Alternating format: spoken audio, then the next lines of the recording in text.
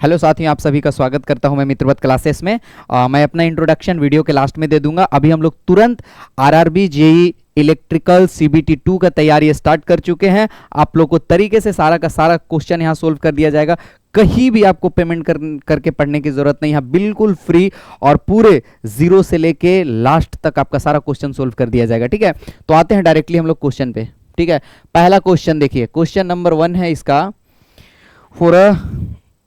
For a given conductor, if the cross sectional area increases, then resistance का value क्या होगा? Resistance of the conductor increase करेगा, decrease करेगा, या फिर कुछ नहीं, डजंट नॉट चेंज, ऐसा करके चार ऑप्शन है। तो देखिए, R equals to rho L upon area होता है।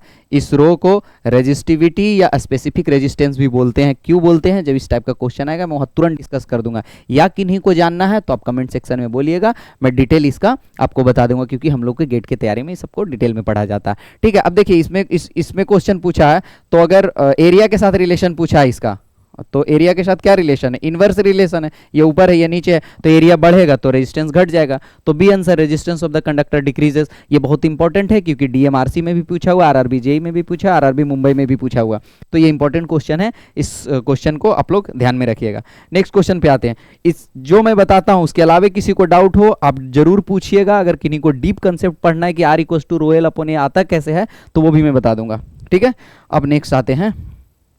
दूसरा पूछा, if 100 watt bulb is on for 10 hours.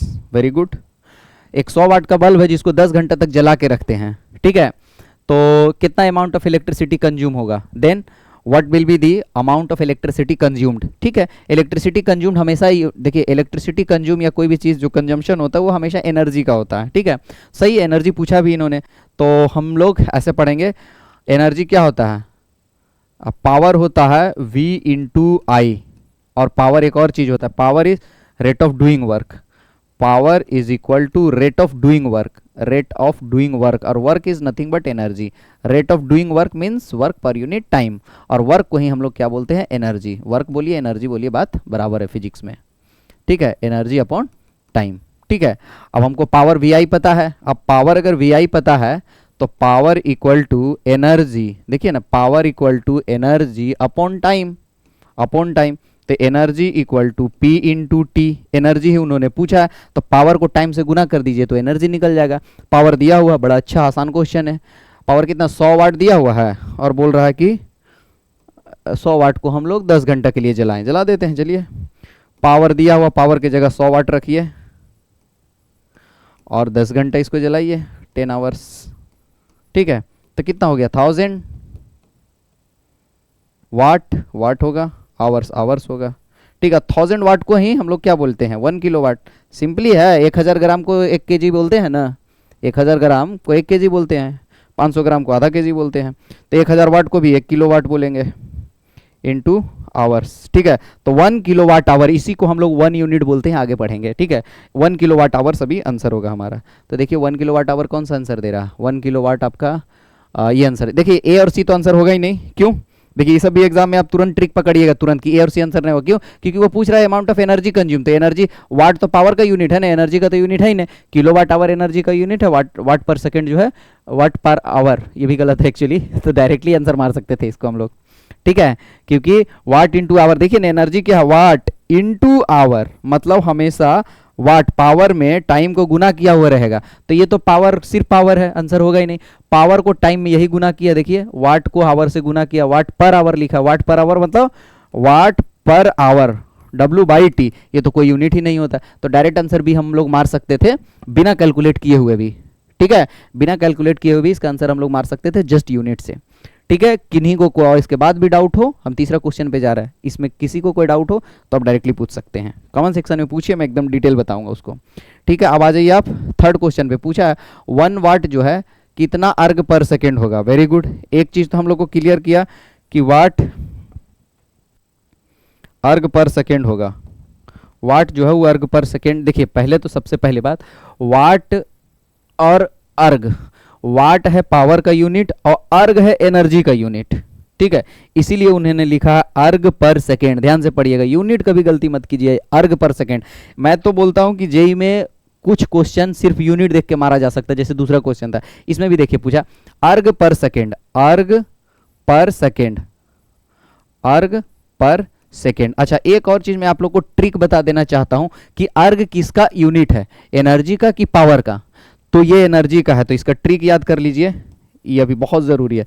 Energy, देखिए एनर्जी के बीच से ये वाला निकालिएगा तो क्या अर्ग निकलेगा क्या बाहर, ई आर जी। तो आज के बाद से याद रखना है कि अर्ग जो है, अर्ग जो है वो एनर्जी का यूनिट है, और सीजीएस में, एसआई में क्या है एनर्जी का, जूल, एसआई में जूल है। ये सब आगे डिस्कस करेंगे, क्वेश्चन आते जाएगा, मैं आपको डिटेल बताते जाऊंगा। तो हम अभी यहाँ याद रखते हैं अर्ग का, एनर्जी का एसआई यूनिट जो होता है वो होता है जूल, ठीक है। लेकिन इसका एसआई के अलावे हम सीजीएस यूनिट भी फिजिक्स में आप लोग पढ़े होंगे, जिसमें बोलते हैं सी फॉर सेंटीमीटर, जी फॉर ग्राम और एस फॉर सेकेंड, ठीक है। तो जहां पे हम यहाँ केजी लिखते हैं एसआई में, वहां सीजीएस में हम ग्राम लिखेंगे, जहां मीटर लिखते हैं एसआई में वहां सेंटीमीटर लिखेंगे, और टाइम को ठीक 1 सेकेंड यहाँ भी, 1 सेकेंड वहां भी। तो ये समझ में आया, अर्ग किसका यूनिट है, पहले ये जान लेना, अर्ग जो है एनर्जी का यूनिट है। कैसे, ये ट्रिक है, एनर्जी लिखिए, देखिए बीच से अर्ग निकल जाएगा, ये ट्रिक है याद करने का, ठीक है। अब ऊपर आइए, अब इन्होंने पूछा अर्ग पर सेकेंड, तो एक हम दिमाग लगाते हैं, अर्ग पर सेकेंड पूछ रहा, मतलब पूछ रहा एनर्जी पर सेकेंड पूछ रहा बेसिकली ये। तो अभी पढ़े थे power is nothing but rate of doing work, और work is nothing but energy, तो यही तो पूछ रहा एनर्जी पर यूनिट टाइम, यही तो पूछ रहा एनर्जी पर यूनिट टाइम पूछ रहा है। तो सही में ये पावर का यूनिट है, मतलब ये सही क्वेश्चन पहले सही है, आंसर पे बाद में आते हैं। क्वेश्चन सही है कि 1 वाट को अर्ग पर सेकेंड में। अब चेंज कैसे करेंगे सो देखिए, अब ये देखिए ध्यान से, अब कैसे चेंज करेंगे ध्यान से देखिए, फिजिक्स से। पावर होता है एनर्जी पर यूनिट टाइम, एनर्जी क्या होता है, फोर्स डॉट डिस्प्लेसमेंट, जो फिजिक्स पढ़े होंगे, जो नहीं पढ़े याद कीजिए, फोर्स डॉट डिस्प्लेसमेंट को एनर्जी बोलते हैं, टाइम टू टाइम रहेगा।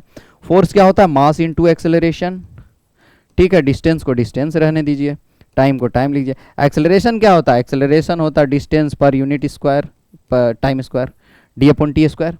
तो क्या हो गया, मास एक्सेलरेशन हो गया डी अपॉन टी स्क्वायर, और एक टी पहले से है और ये डिस्टेंस यहाँ है, तो कितना हो गया, मास केजी में, ठीक है।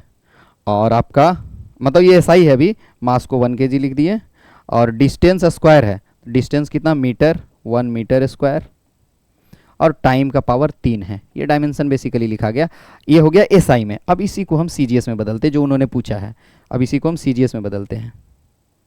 देखिए सीजीएस में कैसे बदलाएगा, 1 सेकंड का आंसर है, बस आप लोग को समझाने के लिए थोड़ा आगे आ रहा हूँ। 1 kg को सीजीएस में क्या लिखे, ग्राम में 1000 ग्राम, 1 kg को 1000 ग्राम लिखेंगे, इनटू 1 मीटर को कितना लिखेंगे, 100 सेंटीमीटर। सीजीएस मीटर को सेंटीमीटर में बदलना है, डिवाइडेड बाई टाइम जो है, जो यहाँ भी 1 सेकंड होता है, वहाँ भी 1 सेकंड होता है, दोनों में सेम ही होता है, चाहे आप एसआई में लिखिए सीजीएस में लिखिए।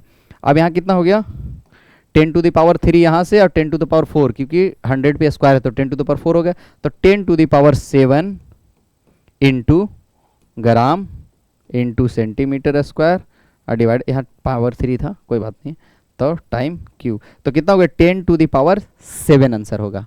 मीन्स अगर एसआई में इसका वैल्यू 1 है तो सीजीएस में इसका वैल्यू 10 टू द पावर 7 होगा, किसका, एनर्जी का वैल्यू। समझ में आ गया कैसे डिराइव होता है। तो आपका तीसरा क्वेश्चन भी आपका सोल्व हो गया, थर्ड क्वेश्चन, ठीक है। और इसमें और किसी को अगर आपको लगता है कि अभी भी हमको कुछ समझना है, देखिए समझ के पढ़िएगा बहुत आसानी, फिर एग्जाम में फटाफट मार लीजिएगा, ठीक है। जैसे मान के चलिए कि कभी हमको पता चला कि क्वेश्चन टाइम बचा हुआ क्वेश्चन बन ही नहीं रहा, तो उस समय हम थोड़ा 1 लाइन का था, बस ये आपको समझाने के लिए इतना लंबा कर रहे थे, ठीक है। तो ज़्यादा वीडियो को लंबा नहीं करते, 5-5 मिनट का वीडियो रखेंगे, आपको डेली क्वेश्चन सोल्व करेंगे हम लोग। कहीं कोई डाउट होगा तो एकदम तुरंत आप पूछिएगा, तुरंत कंसेप्ट एकदम क्लियर रखिएगा, क्वेश्चन तो जल्दी बनाना है लेकिन कंसेप्ट क्लियर रख के, ठीक है। तो बाय बाय, थैंक यू, हम जस्ट तुरंत आते हैं दूसरे वीडियो पे।